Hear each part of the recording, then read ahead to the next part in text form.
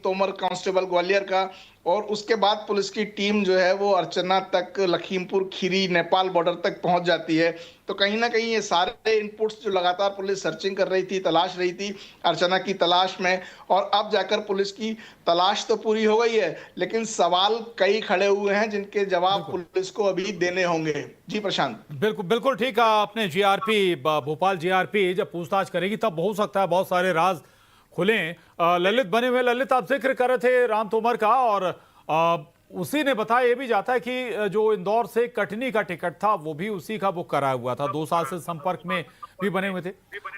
चूंकि धीरे धीरे चीजें अब निकलकर सामने आने लगी थी, और शायद ललित ऐसा लग रहा है कि दबाव बना होगा अर्चना तिवारी पर, जिसके बाद उसने परिवार को भी संपर्क किया, लगा कि शायद अब चीजें खुल जाएंगी जाहिर तौर पर। और जी वैसे भी चूंकि मध्य प्रदेश में इस तरह के मामले आ रहे हैं कि इतने पेचीदा पेचदार हो रहा है, मध्य प्रदेश बार बार इन सब वजहों से राष्ट्रीय स्तर पर सुर्खियां बन रहा है। अब आप एक बात और गौर करिए, जिस राम का हम जिक्र कर रहे हैं, ये बात भी सामने आई, वो 2 साल से संपर्क में था।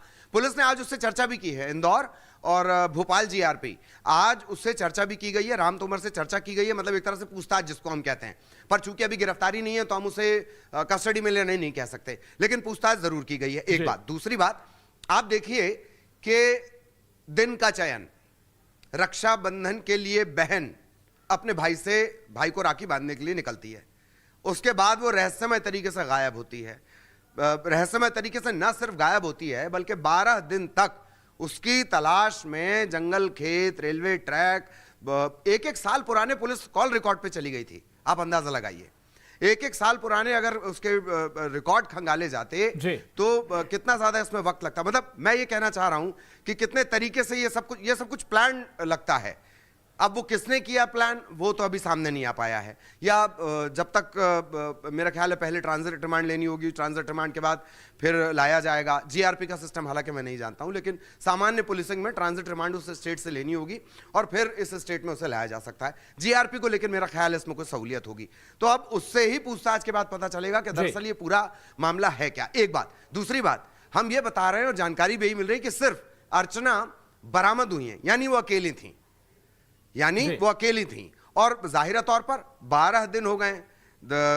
उसका चयन देखिए, आपकी रक्षाबंधन के दिन वो घर जाने निकलती हैं और उसके बाद से अचानक बैग उनका उमरिया पहुंच जाता है, और ये एक बहुत सोचा समझा प्लान्ड वे लगता है। लेकिन जब चूंकि दबाव बना, ये मामला अचानक गर्म हो गया और तलाश में इतने सारे कोशिश होने लगी, पुलिस की टीमें बन गई, सारी जीआरपी इसमें लगानी पड़ी, डिस्ट्रिक्ट फोर्स की मदद, एमपी पुलिस की मदद लेनी पड़ी, तब शायद कोई दबाव बना है और ये जो पूरी प्लानिंग है ये कहीं ना कहीं टूटी है।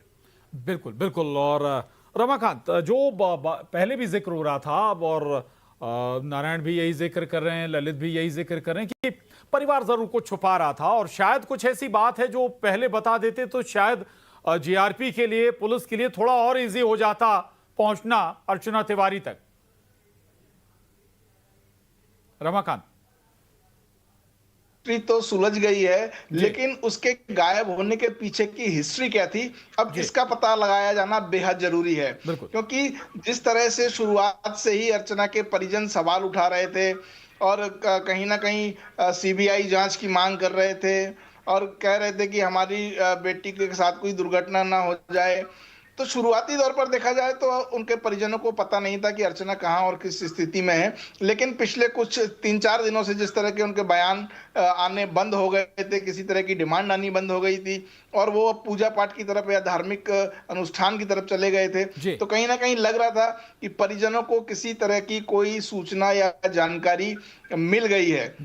लेकिन अर्चना किस स्थिति में गायब हुई और क्यों गायब हुई, अभी इसका खुलासा होना अब बाकी है, क्योंकि सिर्फ ये मिसिंग मिस्ट्री नहीं, इसके पीछे कोई ना कोई हिस्ट्री भी होगी, वेल प्लान भी हो सकती है ये चीज, या अचानक से अर्चना के दिमाग में कुछ आया हो, सारी चीजें छोड़कर चली गई हो। लेकिन जिस तरह से उसके सामान और बाकी चीजें मिली, स्टेशन बाय स्टेशन, आप देखिए कि भोपाल में उसकी लास्ट लोकेशन मिलती है, नर्मदापुरम में जो है वो उनका मोबाइल स्विच ऑफ आता है, पिपरिया में उनकी बोगी पर उनका बैग मिलता है जिसमें बच्चों के लिए गिफ्ट होते हैं, खिलौने होते हैं, भाइयों के लिए राखियां होती हैं, मिठाई होती है। फिर अचानक एक लड़की इतनी सारी व्यवस्था करके जो कटनी, इंदौर से कटनी अपने घर अपने भाई को राखी बांधने जा रही थी, क्या वो अपनी मर्जी से ही लापता हुई थी या उसके साथ कोई था जिसने कुछ इसी तरह का कुछ दबाव बनाया और अर्चना को अपने साथ चलने के लिए मजबूर किया, या कोई और सामाजिक वजह जिसको अर्चना छुपाना चाहती हो घर वालों से, या अपने आप को जो है घर वालों से दूर करके कुछ नया प्लान करनी चाहती हो। तो ये सारी चीजों का खुलासा जब तक जीआरपी अर्चना से पूछताछ नहीं कर लेती है, उसकी काउंसलिंग नहीं कर लेती है, तब तक अभी हमें थोड़ा इस पर इंतजार करना होगा। लेकिन फिलहाल राहत की बात यही है कि अर्चना तिवारी जो है वो सकुशल मिल गई है और जीआरपी भोपाल के सुपुर्द कर दी गई हैं और अब उन्हें लखीमपुर खीरी से भोपाल लाया जा रहा है। जी प्रशांत। बिल्कुल, मनोज हमारे साथ बने हुए लखीमपुर खीरी से। मनोज, कुछ नया अपडेट आया, निकल चुकी है टीम वहां से अर्चना तिवारी को लेकर? बिल्कुल, जिस तरीके से अर्चना की जो मिस्ट्री 12 दिन से लगातार चल रही थी, उसको लेकर भोपाल की पुलिस लगभग 2 घंटे पहले यहाँ से निकल चुकी है और उसको जो भोपाल लेके जाएगी वहाँ उससे जो पूछताछ की जाएगी उसके बाद ही कुछ चीज़ें क्लियर होगी। लेकिन सबसे बड़ा सवाल ये है कि अर्चना वेल एजुकेटेड लड़की है, 34 साल की, अपना अच्छा बुरा समझती है, कानून की जानकार है। जिस तरीके से अर्चना का गायब होना कहीं ना कहीं मिस्ट्री जरूर बन गई है। 12 दिन तक वो कैसे गायब रही है, किसके संपर्क में रही है, कैसे वो इंदौर से भोपाल होते हुए नेपाल बॉर्डर तक पहुंची है, जिस तरीके से लोगों से दिल्ली से मिली है, ये सब जांच का विषय होगा। कहीं ना कहीं इसके पीछे एक बड़ी प्लान होगा, बड़ी प्लान करके इस तरीके से इस घटना को अंजाम दिया गया है, या अर्चना उसमें शामिल रही है या अर्चना उसमें नहीं शामिल है, इसका पता तो जांच के बाद ही पता चलेगा। अर्चना जब बोलेगी या जांच में जो टीम तथ्य सामने आएंगे वो आएगी। लेकिन कहीं ना कहीं एक बड़ी मिस्ट्री जरूर बन गई है कि किस तरीके से 29 साल की एक एजुकेटेड जो कानून की जानकार लड़की को गायब होना और 12 के दिन तक गायब होना और जो लगातार मोबाइल से बाहर आएंगे, आखिर वजह क्या थी, क्यों गायब हो गई अर्चना तिवारी? किसी के दबाव में गई या परिवार पर खुद दबाव बनाना चाहती थी किसी बात को लेकर? कटनी से नारायण हमारे साथ बने हुए। नारायण, परिवार वाले कुछ बोल रहे हैं, कोई रिएक्शन अभी तक आया, कुछ और बात? नारायण जी बिल्कुल, जिस तरह से न्यूज़ 18 की टीम उनके परिजनों से हाल ही में संपर्क करने की कोशिश की, उन्होंने हालांकि कॉल नहीं उठाया, लेकिन उनकी तरफ से एक जवाब जरूर आया है कि बेटी मिल चुकी है, अब उसको लेने के लिए भोपाल रवाना हो रहा है। चूंकि निश्चित ही वो कल दोपहर तक कटनी पहुंचेगी और पुलिस